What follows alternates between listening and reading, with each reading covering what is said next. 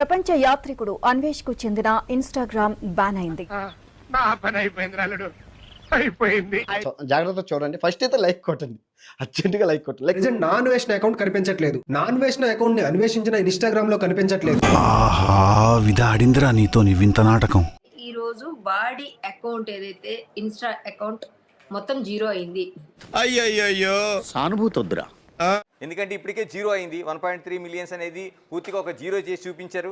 శూన్యం శూన్యం.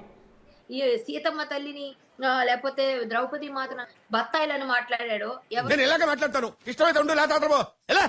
బత్తాయిలు బత్తాయిలు బత్తాయిలు అంటే ఏ విధంగా మాట్లాడాడు, అదే బత్తాయి చూసి అమ్ముకొని బతుకుతాడు ఖచ్చితంగా. అబ్బో, చాలా పెద్దగా ఉన్నాయా బత్తాయి పళ్ళు? ప్రపంచ యాత్రికుడు అని కూడా ఇంకోటి ఉంది. సో అది కూడా తీయించాలని మేము పెడతాం అందులో. ఇప్పుడు ఇన్స్టాగ్రామ్ లో దాదాపుగా ఒక జీరో చేశారు. అంటే నా అన్వేష్ అనే ఆయన ఇప్పుడు నో అన్వేష్. ఏది రైమింగ్ సార్? ప్రకాశం ఏంటినా అన్బిలీవబుల్ అబౌ. 1.8 మిలియన్ 1.3 వరకు తగ్గిపోయిన వాళ్ళు మొత్తం జీరో అయిపోయారు. పాములు పట్టేవాడు పాము కాటికే పోయినట్టు కళావైద్యుడు కళావైద్యం వికటించి కాళ్ళు చేతులు పోగొట్టుకున్నాడు. పాస్పోర్ట్ ని తీసి చెత్త పాస్పోర్ట్ అని నువ్వు అభివర్ణించడం ఎంతవరకు కరెక్ట్? వెధవన్నారు ఆరు ముడతలు పట్టే మొహం గడువు కాబట్టి నేను ఆపారు అక్కడ.